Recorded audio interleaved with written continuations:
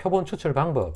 자, 여러분들 책에서는 56쪽이네, 그지? 책에서 56쪽이고, 페이지 56쪽 되는 56쪽. 자, 우리 표본을 추출하는 방법에는 크게 두 가지. 하나는 확률 표본 추출 방법이 있고, 하나는 비확률 표본 추출 방법. 확률로 추출하기 때문에 계산 가능하잖아, 그지? 여기는 과학이야, 과학. 과학이지만, 비확률은 확률이 아닌 것으로 하기 때문에, 좀 뭡니까? 우리가 어제 보면 오차를 갖다가 추정하기 또는 계산하기가 어렵죠. 못하죠, 그지? 예. 그래서 이건 좀 과학은 아니죠. 비과학이라고 봐야 되겠지. 자, 그래서 확률 표본 추출에는 우리 확률 계산을 할 수 있기 때문에 표본을 갖다가 끄집어내서 정확하게 우리가 추정할 수 있다. 그래서 보자. 확률 표본 추출. 자, 보자. 모집단에서 무작위로 추출하는 방법. 랜덤하게. 그지? 여기서 무작위로 끄집어내니까 여기에서 뭡니까? 끄집어내는 표본들이 걸릴 확률이 모두 동일하게 같단 말이야. 그지? 뭐 n분의 1이란 말이야. n분의 1. 그지? 예, 모집단에서 무작위로 추출하는 방법이고 구성원들이 표본으로 추출될 확률은 균등하다. 그지? 방금 말해서 n분의 1이야. n분의 1. 그지? 통계 분석에서 대부분 이용된다. 자, 무작위 추출 방법인데 자, 이 중에는 단순 무작위 확률 표본 추출 방법. 확률이라는 말이 빠져 있습니다. 그지? 확률이라는 말이 빠져 있고 그래가지고 단순 무작위 표본 추출 돼 있고 또는 체계적 표본 추출 있고 체계적 표본 추출 있고 그 다음에 층화 표본 추출, 군집 표본 추출 있습니다. 뭐 뒤에서 자세히 보겠습니다. 일반적으로 많이 하는 게 뭐냐면 여러분들 봤다시피 그잖아. 단순 무작위 표본 추출. 우리 주사위 던지는 거 그지? 그 다음에 주머니 안에서 공 꺼내는 거. 그 다음에 체계적 표본 추출은 뭐냐? 체계적은 우리가 어떤 걸 끄집어낼 때 일정 정도 규칙을 줍니다. 만약에 이 주머니 안에 뭐 1000개의 공이 들어있다. 1000개의 공이 들어있다 하면은 이 끄집어낼 때 뭐 10번 간격으로 꺼낸다. 자, 1번 꺼내고 나서 다음부터 10번 간격으로 이렇게 공을 갖다가 꺼낸다. 그러면 10번, 10개씩 간격으로, 그지? 30개씩 간격으로 이렇게 한다는 거죠. 이렇게 규칙을 정할 수도 안 그러면 뭐 5개 간격으로 공을 꺼낸다. 그러면 5번 꺼내고, 그 다음에 10번 꺼내고, 이런 식으로, 15번 꺼내고, 이런 식으로 체계적으로 표본 추출하는 거고, 층화 표본 추출은 뭡니까? 이렇게 끄집어낼 때 모집단의 층을 나눠가지고, 모집단의 층을 나눈단 말은 범주를 나눠가지고 하는 겁니다. 그래, 예를 들어서 뭐 남성, 여성, 대졸, 중졸, 초졸, 뭐 고졸, 학력 수준에 따라서 성별에 따라가지고, 그렇죠? 그 다음에 소득 수준에 따라가지고, 뭐 나이에 따라가지고, 뭐 이런 거 있잖아. 층으로 나눠가지고 하는데, 보통 층이라면 뭐 스트라타, 예, 층으로 나눠서 하는 범주, 그지? 그 다음에 군집 표본 추출.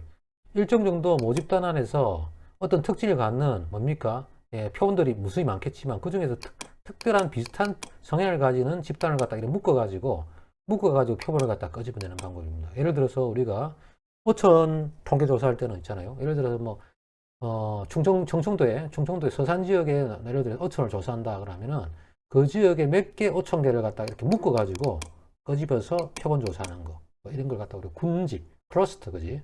클러스터 표본 추출이라고 합니다. 이런 식으로 하는 게 전부 다 확률적으로 뽑습니다.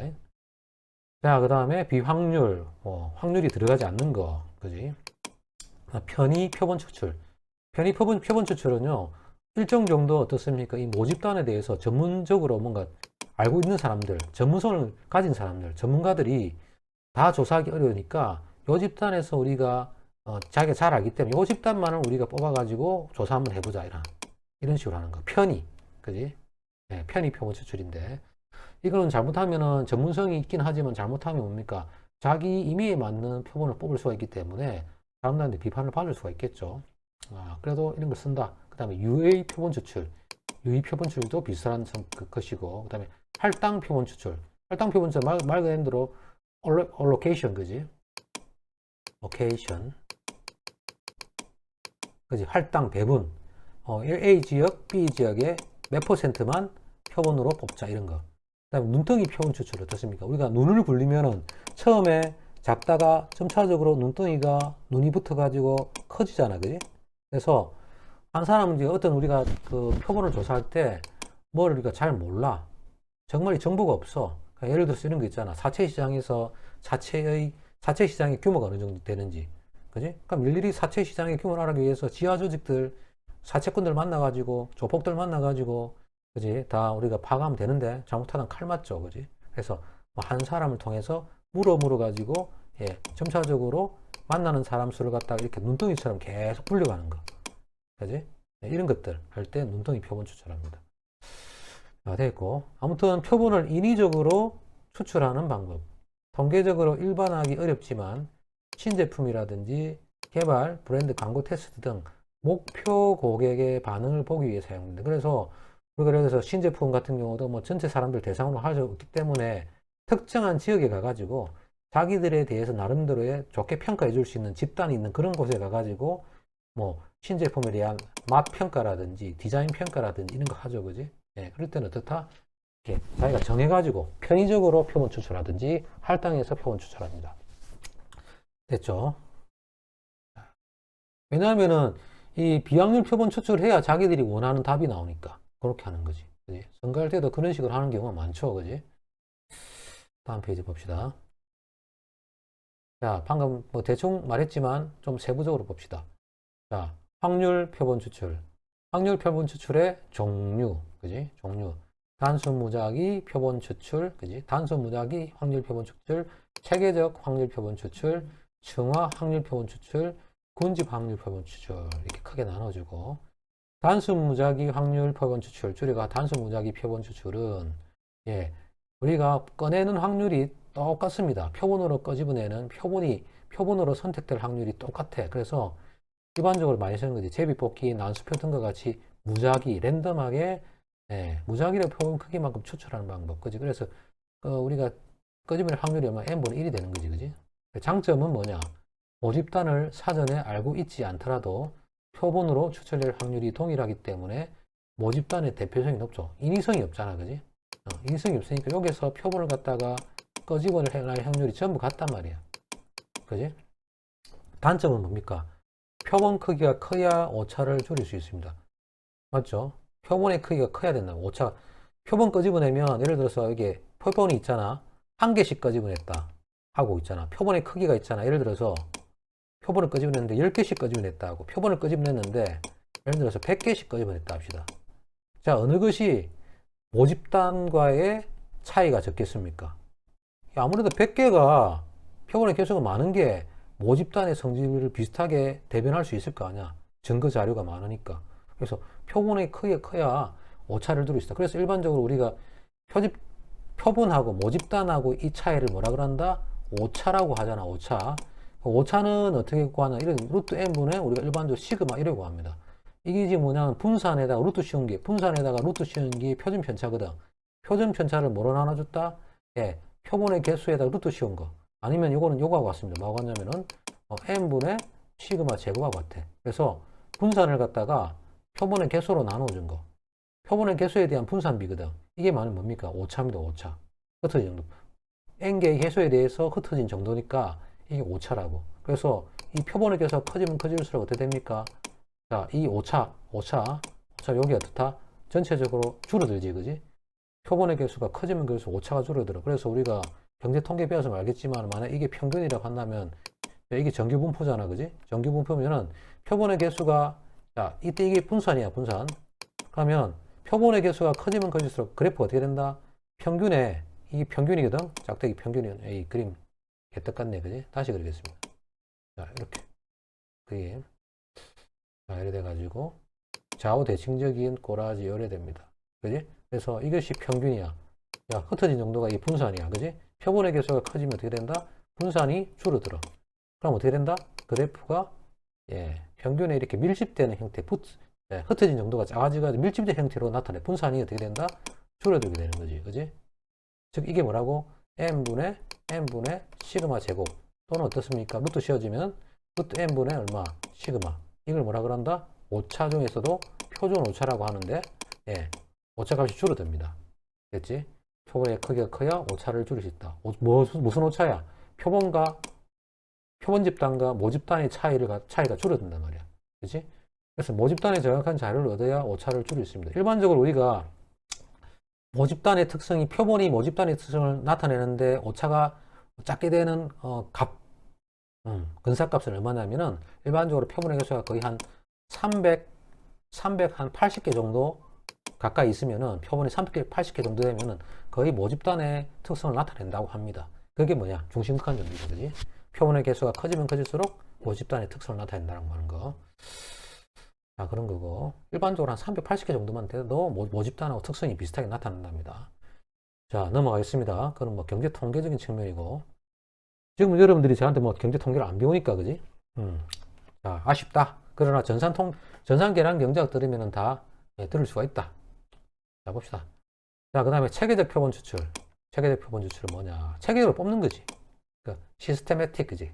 뭐 시스테매틱인가? 네. 맞나 모르겠네. 철자는 뭐 모르겠어. 여러분들 찾아보고.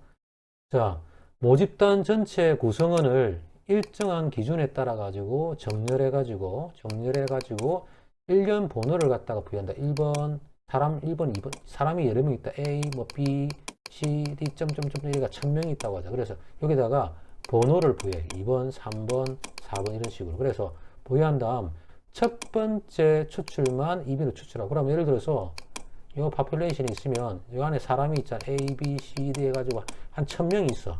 1000명이 있는데 처음 뽑을 때는 어떻다? 예를 들어서 임의로 뽑아. 안 보고 랜덤하게. 그럼 만약에 B가 나왔다. 임의로 추출하고 두 번째부터 추출부터는 등 간격으로 떨어져 있는 번호를 연속적으로 추출하면 B를 중심으로 해가지고 뭐 10번 간격으로 보낸다 그러면 2번이잖아. 그럼 예를 들어 12번. 그지? 또 어느 예를 들어 22번. 예를 들어 32번. 이런 식으로 추출하는 방법이야. 됐죠? 자, 물론 얘가 나와 있네. 자, 무슨 고등학교, 뭐뭐 고등학교 학생들의 평균 신장 계산 사례. 총원이 1000명.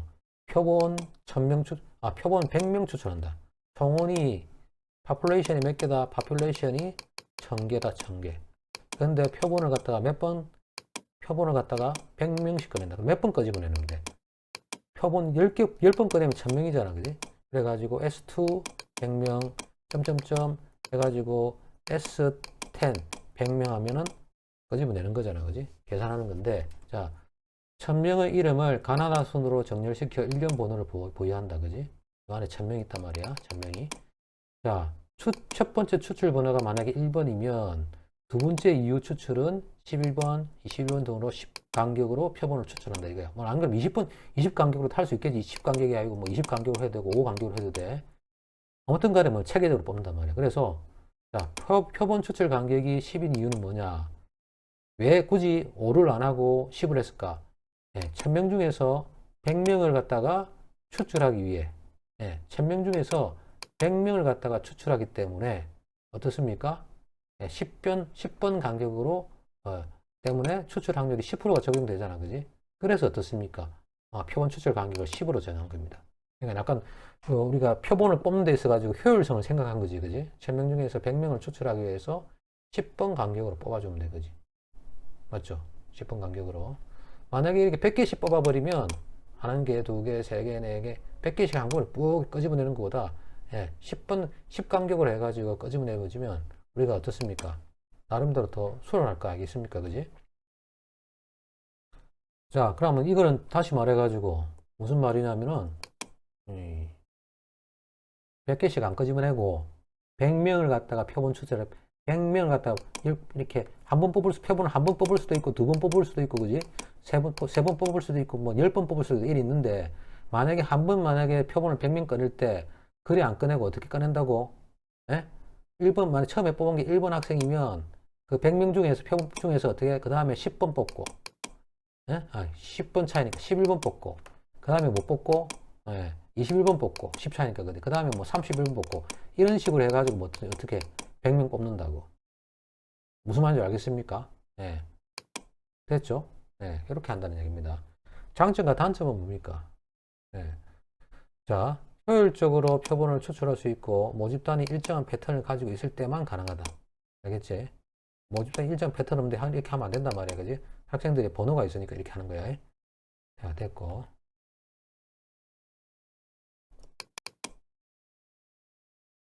다음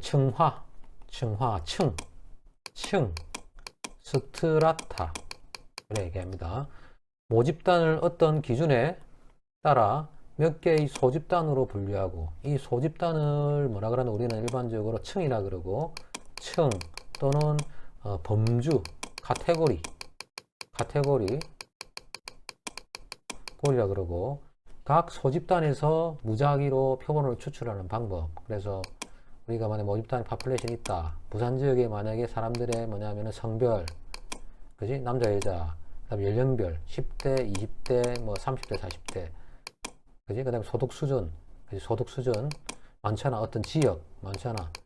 이래 가지고 층을 나눴단 말이에요. 막무가내로 그냥 뽑는 것보다.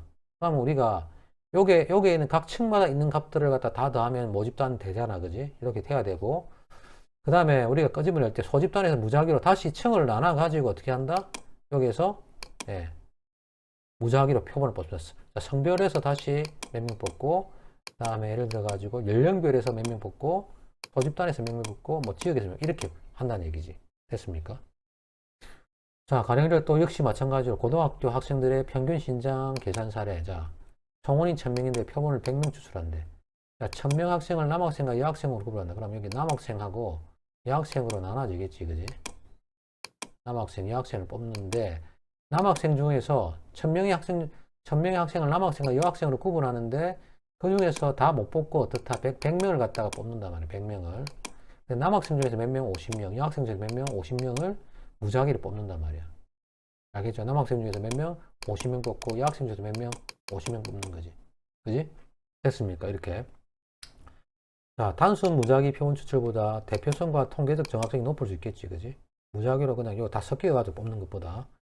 자, 모집단의 특성을 정확히 알고 있어야 몇 개의 소집단으로 분류할 수 있잖아. 그지? 아, 이미 중요한 거는 이 파퓰레이션 자체가 성별로 나름대로 어느 정도 정보가 있어야 돼. 성별에 대한 정보도 있어야 되고, 이런 카테고리에 대해서. 그 다음에 연령에 대해서 어느 정도 정보도 있어야 되고, 소득 수준에 대해서 어느 정도 얼마에서 얼마까지의 소득 수준을 가지고 있다라는 정보가 있어야 됩니다. 어떤 지역 사람들이 많다, 어떤 지역 출신들이 많다는 것도 지역도 마찬가지고. 만약에 그런 어떤 범주를 모르겠으면은 국내 사례 말고 외국 사례에서, 외국 통계에서 이런 범주들이 나타나 있는지 어떤 이런 조사에 대해서 한번 이런 카테고리를 찾아봐야 됩니다. 거기에 되어 있다고 한다면 되지. 자, 아무튼 간에 모집단의 특성을 정확히 알고 있어요. 즉, 특성이란 말은 범주, 그지? 어느 지역엔 이렇게 성별이 잘 나눠져 있다. 또는 학력 수준별로 잘 나눠져 있다. 이런 걸 알고 있어야 되고, 몇 개의 소집단으로 분류할 수 있으면, 즉, 몇 개의 범주로 분류할 수 있으며, 이 모집단의 정확한 자료를 얻을 수 있어야 소집단으로 분류할 수 있습니다. 이런 문제가 있다. 그래서 이 층화 표본 추출은 사실은 비용이 많이 들겠죠. 이 사전적인 어떤 그 정보를 갖고 있어야 되기 때문에. 그렇지만 단순 무작위 확률 표본 추출보다는 정확하다. 상당히 효율적이다. 그지? 다음 페이지 넘어가겠습니다.